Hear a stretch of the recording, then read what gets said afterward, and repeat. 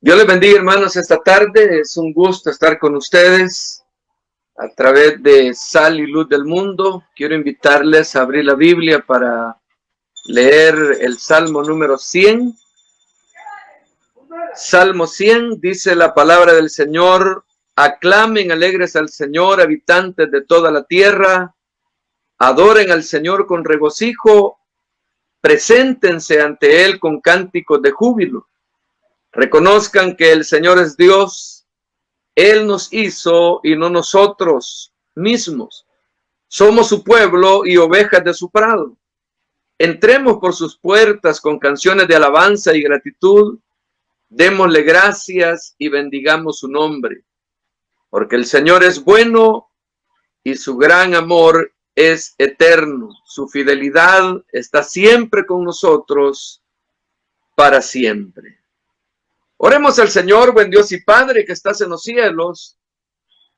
Te damos gracias esta tarde por el privilegio que tú nos concedes de poder acercarnos una vez más a tu palabra, a tu presencia, Señor, al trono de tu gracia para adorar tu nombre y ser, Señor, instrumentos útiles en tus manos para que tu evangelio pueda ser proclamado a la vida de cada una de las personas que están dispuestas a acercarse, Señor, con corazón sincero. Padre, quédate con nosotros, que tu Espíritu Santo nos honre con su presencia, ministrando nuestra vida, llenando nuestro corazón y fortaleciendo nuestra fe, Señor, para continuar creyendo en tu palabra. Padre, en el nombre de Jesús, quédate en medio nuestro y permítenos adorar tu nombre, Señor. Por Cristo Jesús, a quien sea la gloria por siempre. Amén, Señor, y amén. Digámosle al Señor esta tarde: digno es Jesús, digno de recibir toda la gloria y toda la honra. Digno es Jesús, digno es Jesús de recibir la gloria.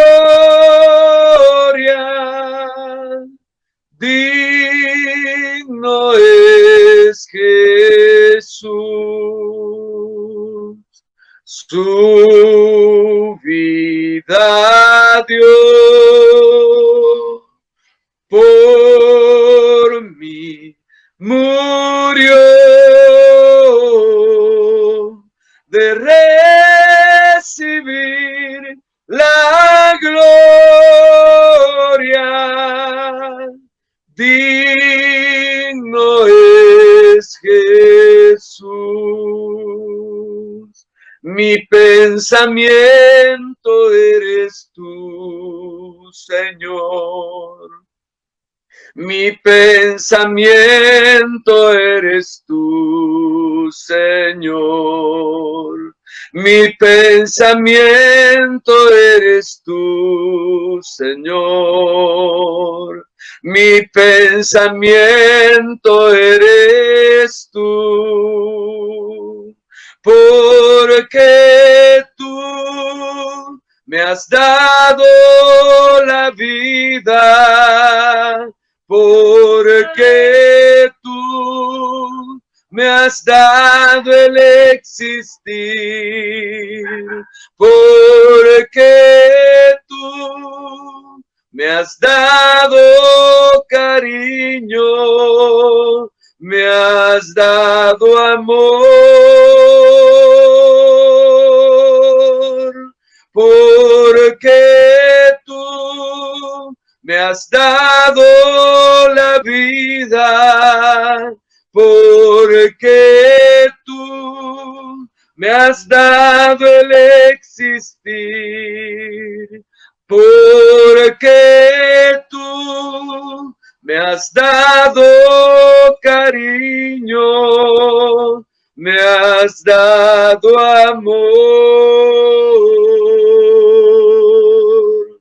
Al llegar a este lugar, yo vine a adorar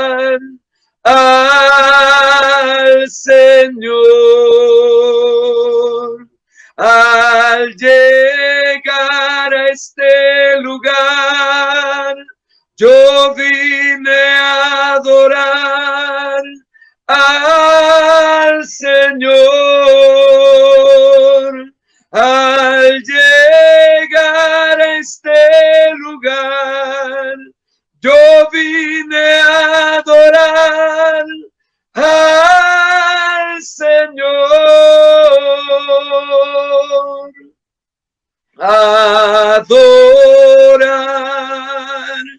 adorar al Señor. Pues olvídate de ti, concéntrate en Él y adórale. Pues olvídate de ti, concéntrate en Él y adórale. Pues olvídate de ti, concéntrate en Él y adórale a Él. Adorar, adorar al Señor.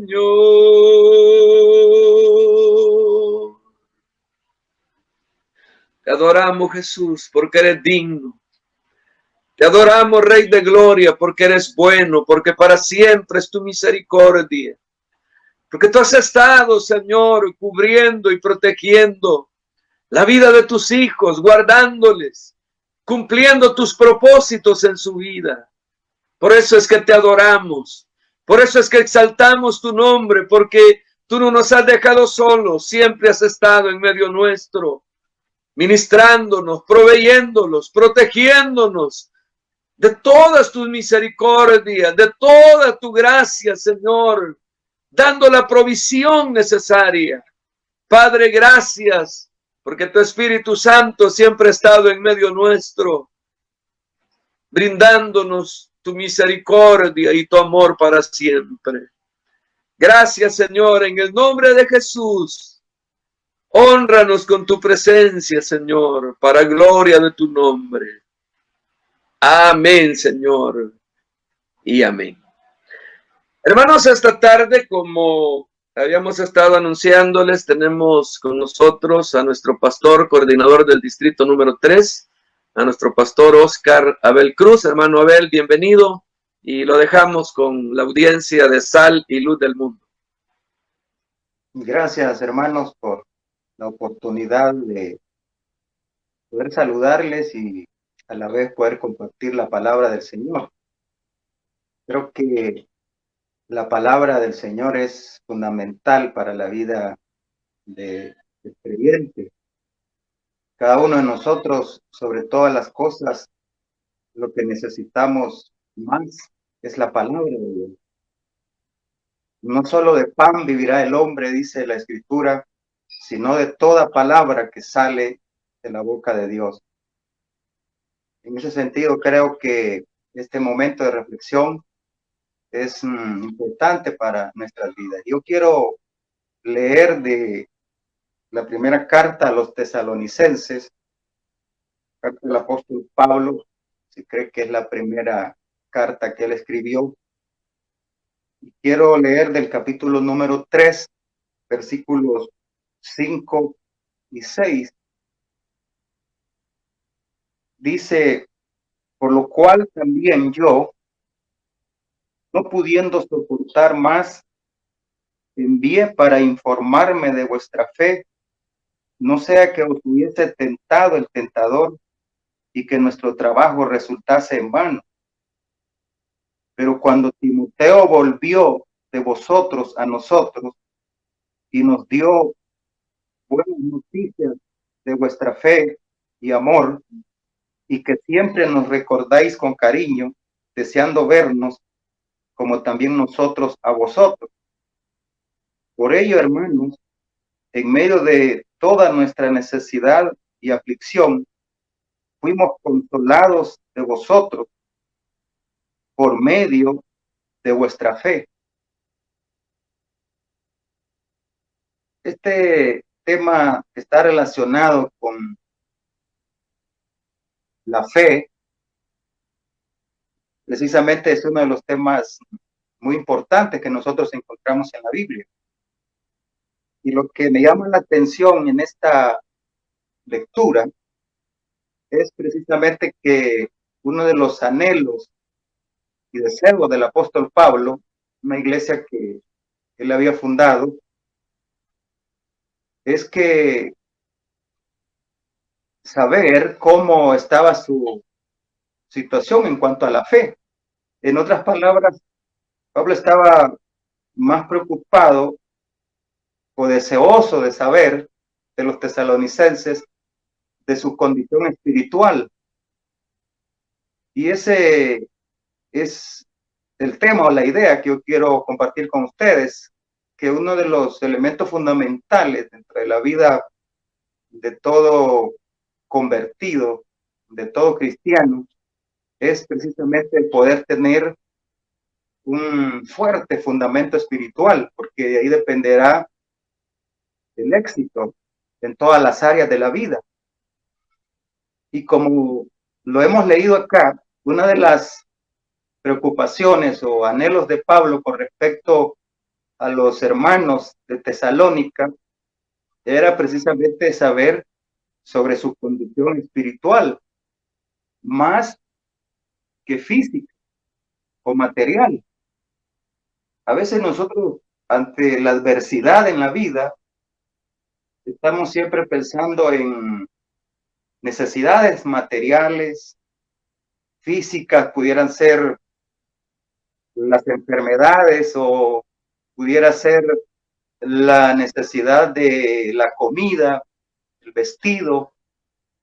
Y de hecho eso no es malo, pero dentro de la palabra de Dios no es la prioridad. Más bien la prioridad, dijo el Señor Jesús, es buscar primeramente el reino de Dios y su justicia, y todas las demás cosas serán añadidas. Sabemos que el mundo hace al revés, está afanado y preocupado por situaciones materiales. Sin embargo, cuando nosotros leemos la palabra de Dios, encontramos que para nosotros como cristianos, como hijos de Dios, se invierten las cosas. Y en nuestro caso, debe de tener prioridad precisamente poder tener un buen fundamento espiritual. Si uno analiza las diferentes situaciones que las personas atraviesan, todas ellas tienen como trasfondo una situación espiritual, que puede ser el pecado, puede ser la falta de dependencia de Dios, de fe en su palabra, en sus promesas, de actitud hacia una entrega, hacia una búsqueda. Siempre en cualquier circunstancia que los seres humanos puedan estar atravesando, vamos a encontrar que detrás de todo eso hay un problema espiritual. Y yo creo que nosotros no tenemos que olvidar que nuestra lucha, como dice el apóstol Pablo a los Efesios, no es contra carne ni contra sangre, sino contra huestes espirituales de maldad en las regiones celestes. Quizás ante la adversidad de cualquier tipo que podamos enfrentar, nos olvidamos de Satanás. Nos olvidamos del poder de las tinieblas y que, como dice la Escritura, anda como león rugiente viendo a quién devorar. Y ante la batalla contra Satanás, cuando el apóstol Pablo habla de tomar toda la armadura de Dios, cuando hace referencia a la fe, él dice, sobre todo, tomad el escudo de la fe para que podáis apagar los dardos de fuego del maligno.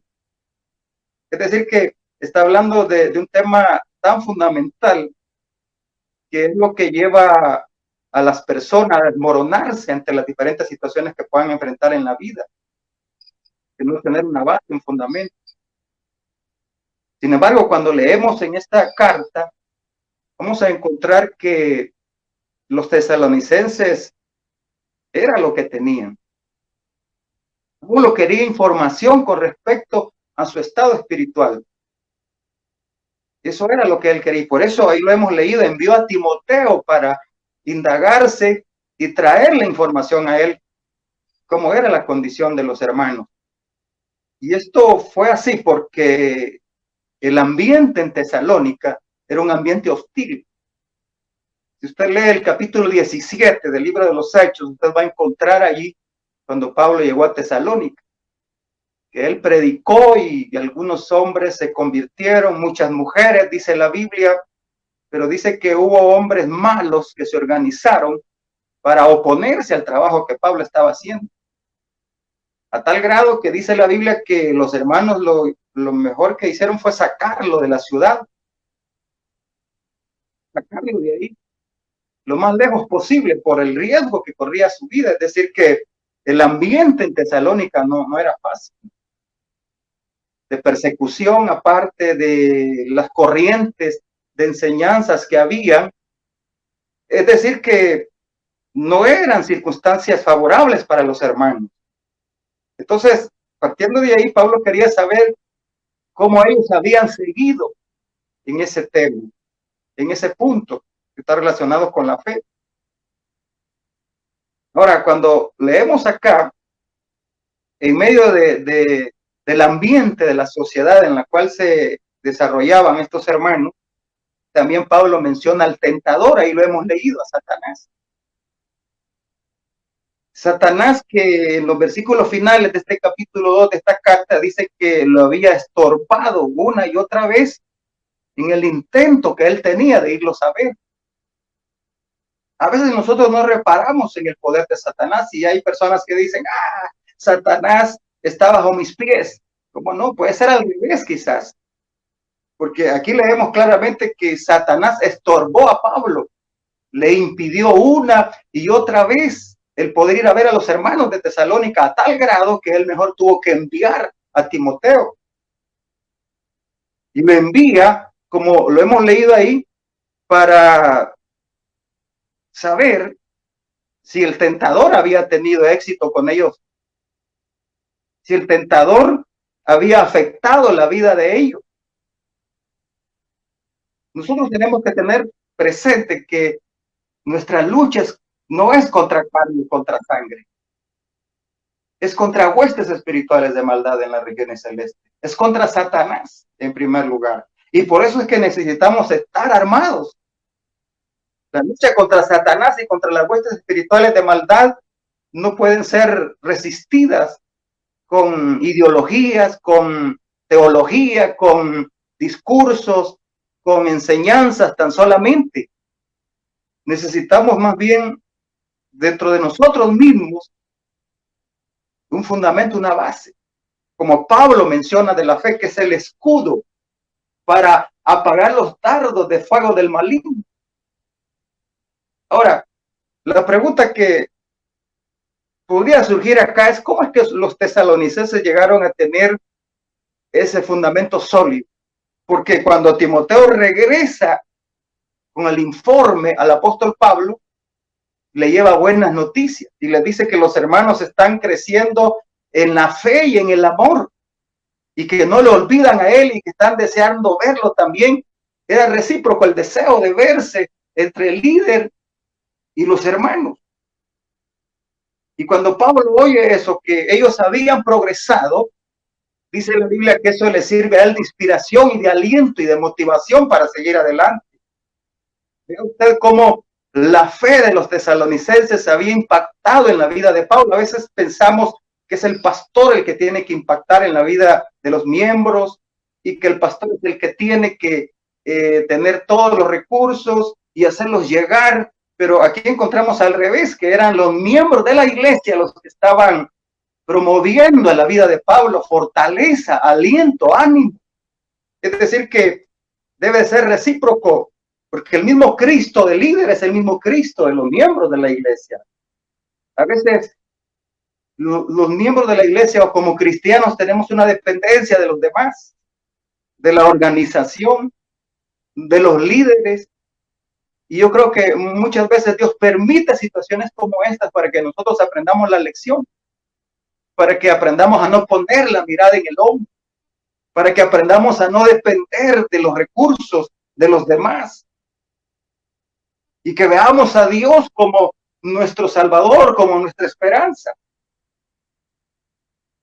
Los hermanos de Tesalónica sorprendieron a Pablo.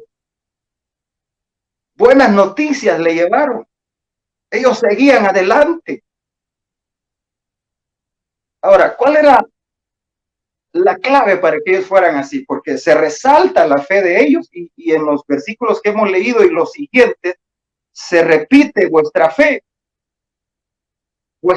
refiriéndose a los tesalonicenses. Se repite como 5 veces.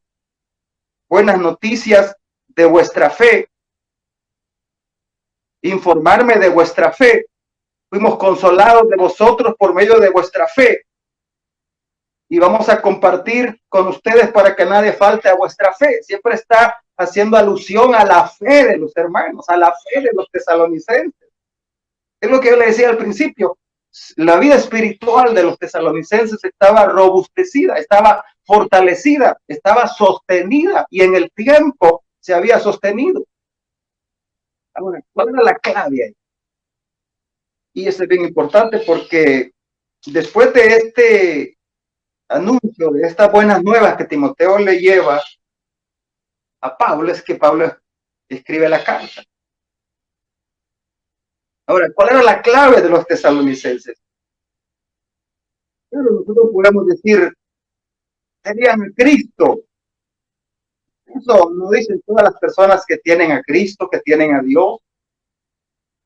El problema es que no logramos ser coherentes con lo que decimos, con lo que creemos, en otras palabras, con nuestras convicciones a la hora de actuar, a la hora de enfrentar los diferentes desafíos de la vida. Pero ¿por qué los tesalonicenses sí lo hicieron? Y solos, porque su pastor estaba lejos. Ahora, en los capítulos 1 y 1 sobre todo, ahí se menciona.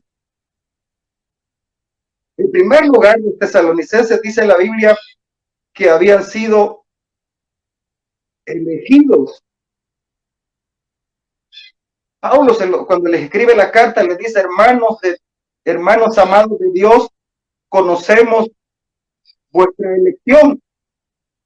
Conocemos, hermanos amados de Dios, vuestra elección. Es decir, que ellos fueron elegidos por Dios. Esto es bien importante porque no es que uno se meta al evangelio.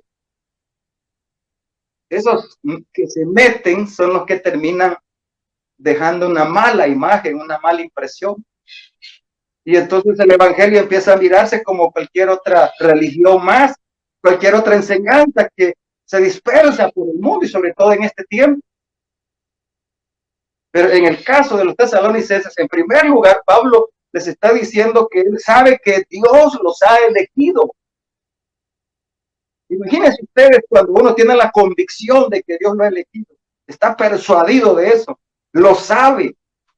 Por ende, por el Espíritu, uno sabe cuál es la voluntad de Dios, qué es lo que Dios quiere de uno. Y entonces uno hace lo que Dios dice, no lo que dicen las personas, no lo que dicen las circunstancias, sino lo que dice Dios. En otras palabras, ellos no estaban metidos en aquel negocio por decisión de ellos. Fue Dios que nos escogió. Y si ustedes recuerdan, cuando Pablo iba camino en su obra misionera, se les apareció el varón macedonio que pedía que se les fuera a ayudar. Hermano, esto de ser cristiano, esto de ser hijo de Dios, esto de ser de la iglesia de Dios, no es cuestión de hombres. Aquí no es que yo voy a hacer una iglesia, la voy a armar y luego vamos para adelante. No es así. No es asunto de que vamos a persuadir a las personas, a convencerlas y a bombardearles hasta que entiendan que Cristo es el Salvador. No, no es así. Esta es iniciativa de Dios. Y los tesalonicenses por eso sobrevivieron en el tiempo, porque ellos tenían esa persuasión de que Dios los había escogido. La pregunta que yo le haría a usted, ¿usted es un elegido de Dios? Usted tiene esa persuasión profunda en su corazón de que Dios le ha escogido, que usted es un hijo de Dios, que usted es una hija de Dios. Eso eran los tesalonicenses. Y como a esos que Dios ha escogido y ha elegido, es que Pablo dice más adelante,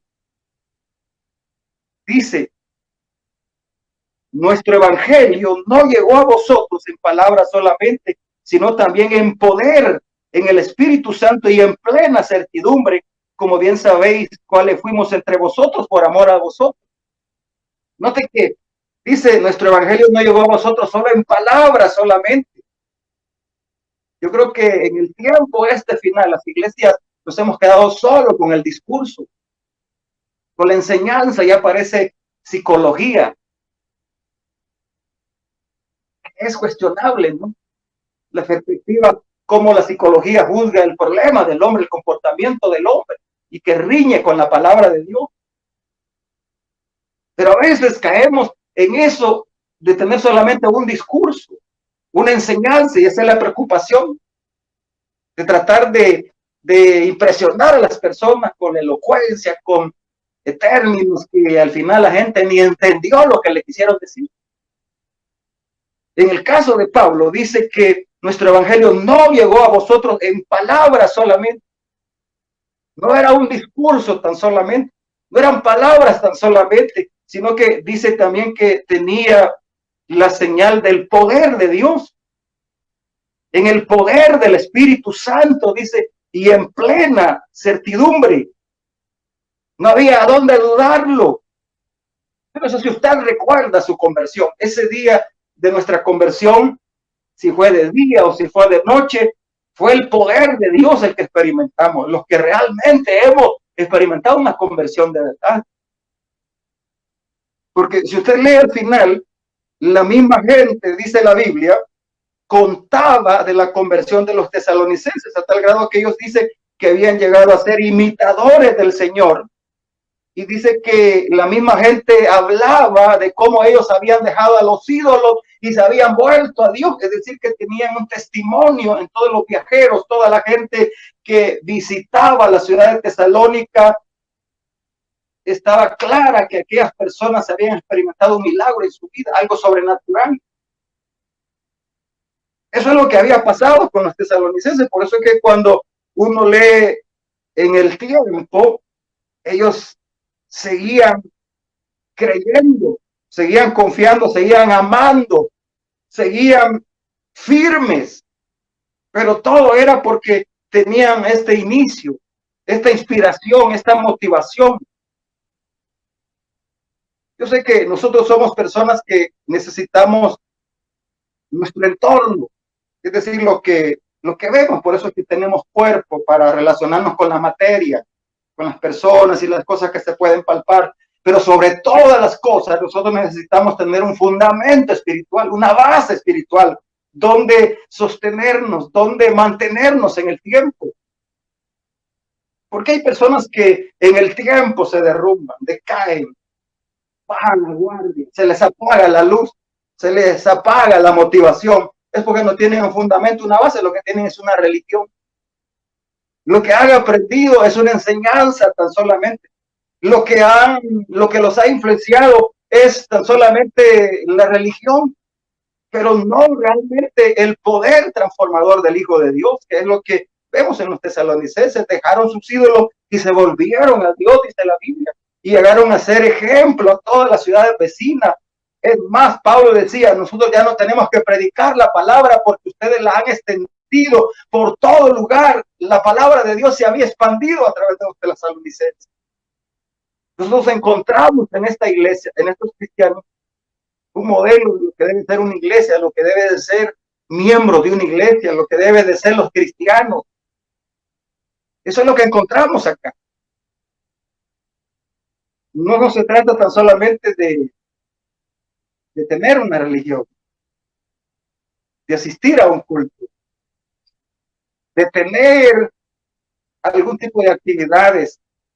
Se trata sobre todas las cosas de estar conscientes si tenemos un fundamento, tenemos una base, cuál es nuestra condición espiritual, cuál es nuestra relación con Dios, cuál es nuestra vivencia del Evangelio. Realmente el poder del Evangelio de verdad ha transformado nuestra vida. Realmente el poder del Espíritu Santo en plena certidumbre llegó a nuestra vida para salvarnos, y no solamente para salvarnos, sino para darnos el poder, como Jesús les dijo a sus discípulos: esperad en la ciudad de Jerusalén hasta que seáis investidos de poder de lo alto, porque recibiréis poder cuando haya venido sobre vosotros el Espíritu Santo, y me seréis testigos hasta lo último de la tierra. ¿Estamos conscientes nosotros de tener esa base, ese fundamento? Yo sé que alguien puede pensar y decir: ese es un evangelio triunfalista. Bueno, si así le quiere llamar a usted, entonces llámele así, pero eso es lo que la Biblia dice. Los tesalonicenses estaban firmes, y Pablo se sorprende a tal grado que agarra ánimo, se inspira en ellos, se motiva. No tuvo efecto el trabajo del tentador, la hostilidad que había en la ciudad, porque el mismo Pablo les había dicho: estando con vosotros, os predecíamos que íbamos a pasar tribulaciones, como ha acontecido, y sabéis, ya estaban advertidos desde antes. Yo sé que el evangelio que predican hoy las personas es un evangelio de motivación humana, de expectativas humanas, y hay mucha gente boba que va y lo agarra, y entonces cuando empieza la adversidad, ahí ya no hay para dónde agarrar. Jesús fue bien claro: Jesús nunca engañó a las personas, igual que Pablo nunca engañó a los cristianos, a los primeros cristianos que llegaban a componer la iglesia. Les decían la verdad. Jesús les dijo: el que quiera venir en pos de mí, niéguese a sí mismo, tomen la cruz cada día y sígame. Esté decidido a la muerte por la causa de Cristo. Igual que Pablo decía: es necesario que a través de muchas tribulaciones entremos al reino de los cielos. Sabe que las tribulaciones y las adversidades tienen un efecto positivo en la vida de los verdaderos cristianos, de los verdaderos escogidos, de aquellos que el poder del evangelio los ha impactado. Las adversidades y las dificultades traen beneficios porque le vienen a formar el carácter, y como dice Santiago, trae el fruto de la paciencia, de la estabilidad de la vida, de la permanencia en el tiempo. Pablo tenía palabras tremendas. Él decía: una cosa quiero, terminar mi carrera con gozo y el ministerio que Dios me ha dado. Él decía que todo lo podía en Cristo que lo fortalecía. Pablo, enfermo, proclamó el evangelio, divulgó las buenas nuevas, le dijo a Dios: Dios, sáname, y Dios le dijo: no, que te baste mi gracia. Está bien. Pero ¿qué es lo que ocurre ahora con nosotros? Lo que ocurre ahora con nosotros es que fácil nos desboronamos. ¿Por qué? Porque nuestra condición espiritual no es idónea, no es saludable.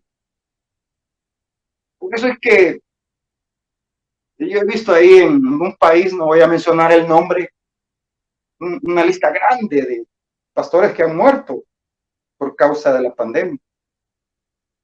Pero yo sé que en ese país cualquiera se nombra pastor. Igual cualquiera se nombra cristiano o miembro de alguna iglesia. Ese es el problema que tenemos ahora, que cualquiera se puede poner un título, un nombre.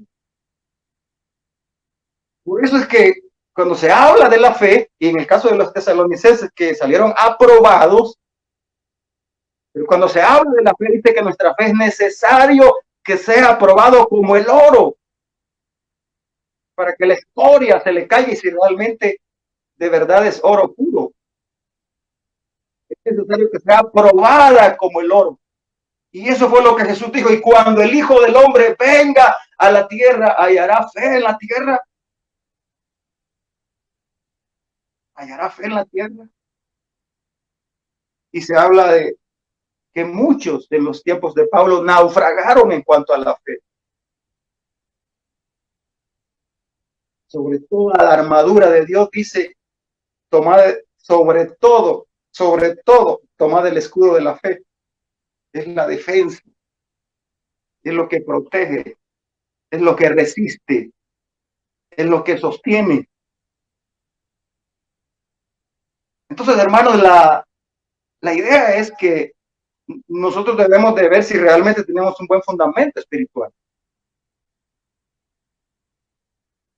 Pablo no va a informarse, no envía a Timoteo a informarse si estaban comiendo o no estaban comiendo, si estaban enfermos o no estaban enfermos, sino que vaya a ver cómo está la fe de ellos. A eso los envía. ¿Cómo está vuestra fe? Si le hiciéramos un diagnóstico a usted, ¿cómo cree que saldría? ¿Mm? ¿Cómo cree que saldría? Y los demonicenses tenían no solamente a Satanás, que estaba detrás de los que estaba incentivando a que los atacaran a ellos, como eran los griegos, los paganos, el imperio romano, como ellos proclamaban que solo había un Señor Jesucristo, y el César se incomodaba, había persecución, había muerte, había de todo. Y entonces Pablo le dice a Timoteo que vaya y le traiga información de cómo está el ejército allá en la batalla, en la guerra. Y Timoteo dice, estos están bien. Es más, quieren verte. Entonces la pregunta que tenemos que hacernos es cómo está nuestra condición espiritual. No si usted tiene dinero, no tiene, eso es añadidura. Si usted tiene salud o no tiene, eso de alguna manera puede pasar. Y si nos morimos, pues para nosotros el morir es ganancia, dice la Biblia. El vivir es Cristo y el morir es ganancia. Por eso es que la muerte es para nosotros como un paso hacia la esperanza que el Señor nos ha dado. Él ha ido a preparar moradas para nosotros. Entonces, lo trascendental aquí no es si usted se ha enfermado o no, si tiene que comer o no tiene que comer. Lo trascendental aquí es si usted todavía está parado sobre la roca. Esa es la pregunta.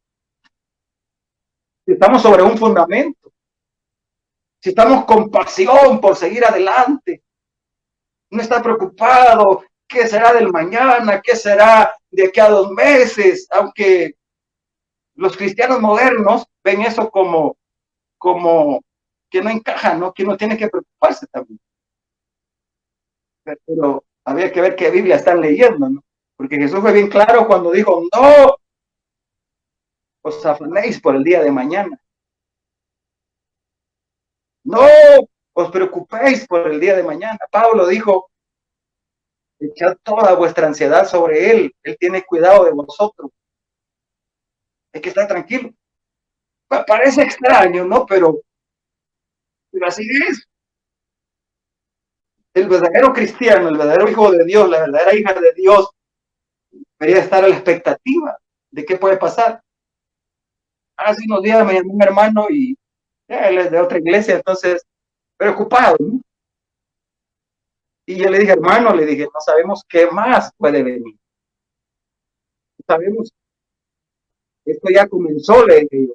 El que comenzó ya comenzó, hermano, lo fuerte, y no sabemos qué más, qué cosas más fuertes van a venir.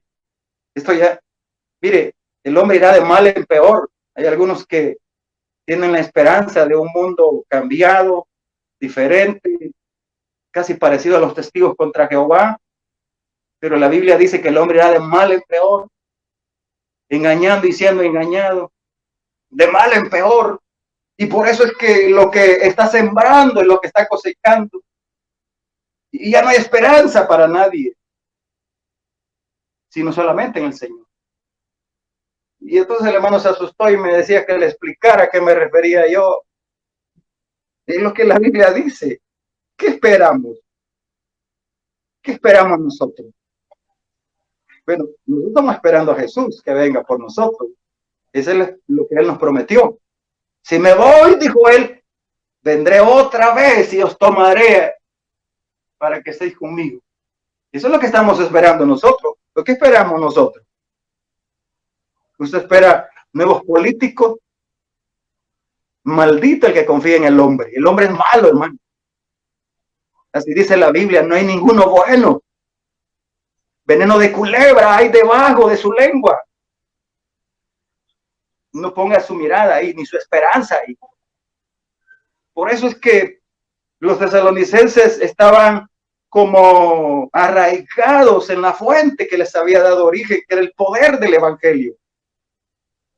El efecto del evangelio fue tan poderoso en los tesalonicenses que revolucionó todo su estilo de vida. Y por eso es que era una iglesia que estaba firme, que estaba constante. Esta tarde, para finalizar, nosotros debemos de autoevaluarnos. A veces nosotros somos de aquellas personas que cuando ven el problema, ahí comenzamos a orar.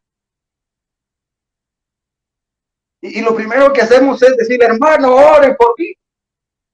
Yo no digo que eso sea malo, no me lo vaya a malinterpretar. Pero eso es lo primero que hacemos. ¿Y por qué no ora usted? ¿Y por qué no se mantuvo orando toda su vida?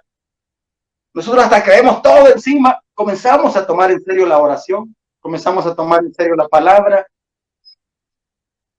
y tratamos de buscar a Dios, como que nuestro amor hacia Dios está condicionado. Desde que los tesalonicenses fueron impactados por el poder del evangelio, ellos caminaron hacia hasta el final.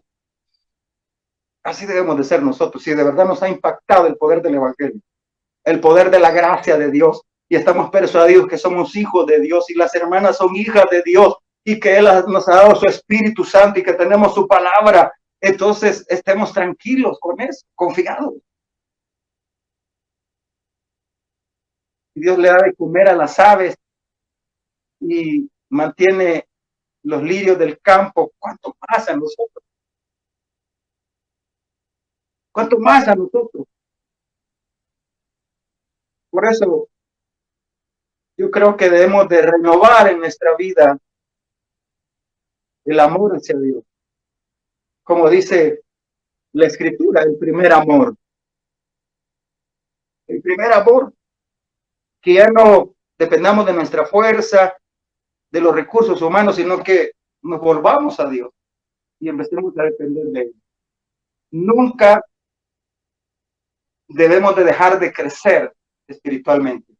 El mismo Pablo les dice a los tesalonicenses que él dice que desea ir. Bueno, en primer lugar dice, está orando de noche y de día con gran insistencia para tratar de verlos a ellos, porque su deseo era verlos, era estar con ellos. Y luego les dice, y completemos lo que falte a vuestra fe. Es decir, que la idea es más como la luz de la aurora que va en aumento y aumento hasta que el día es perfecto. Hermano, si un día te convertiste a Cristo y experimentaste el perdón de tus pecados y estabas consciente que Él te había salvado, entonces el otro paso es el bautismo en agua, buscar la llenura del Espíritu Santo, tener una dependencia del Espíritu de Dios, de los dones que Él nos ha dejado y tener una dependencia de la palabra, de la gracia de Dios. Eso debe de ser así hasta el final. Porque si nos perdemos de ese camino, de esa dirección, estaremos perdidos. Le pregunto, y con esto termino. Si alguien va para informarse cómo está su fe, ¿qué cree que hallaría? Solo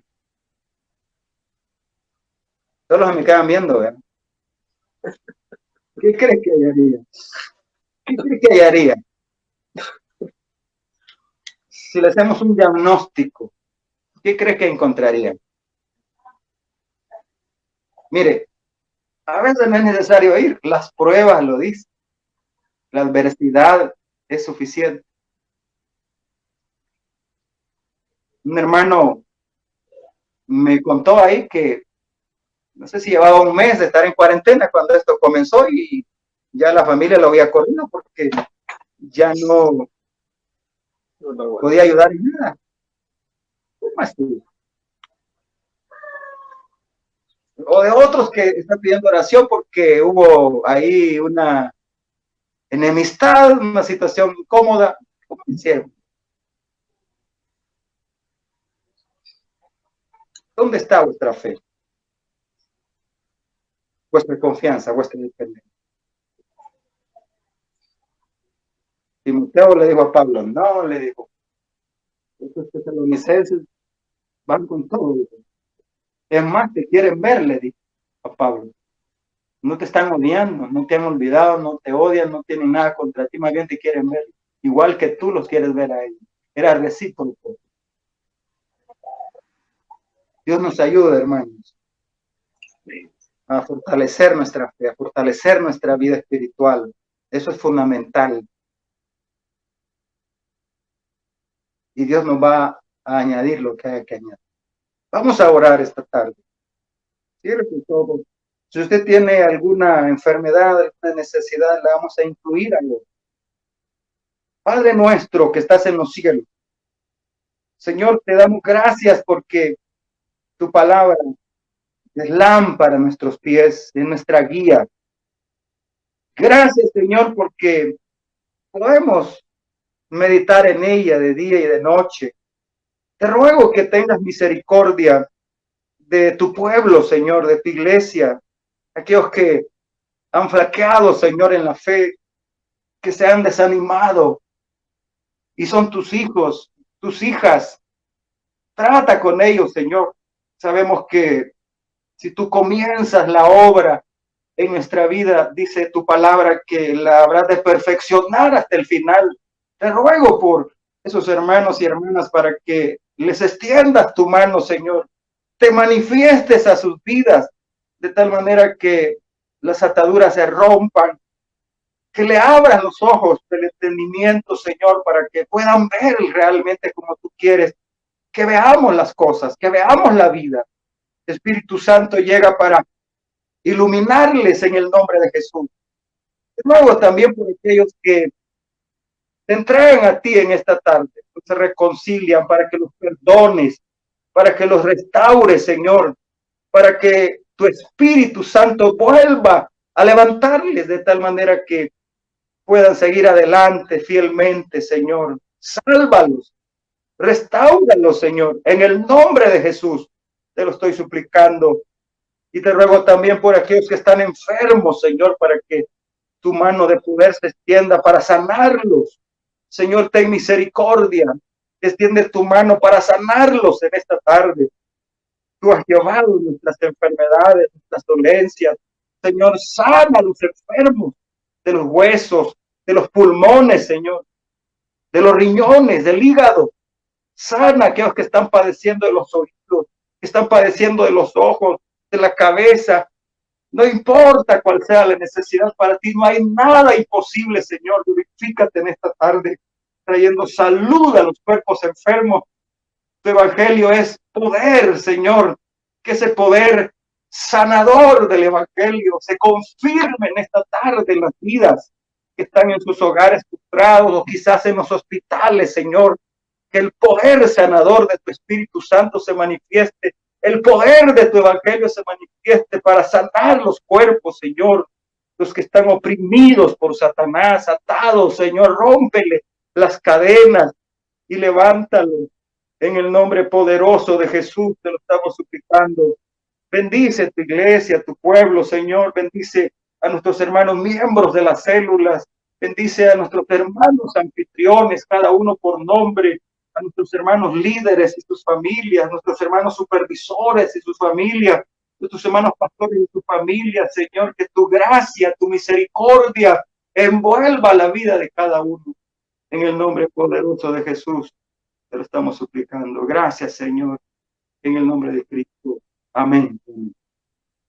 Gracias, hermano. Dios los bendiga a todos.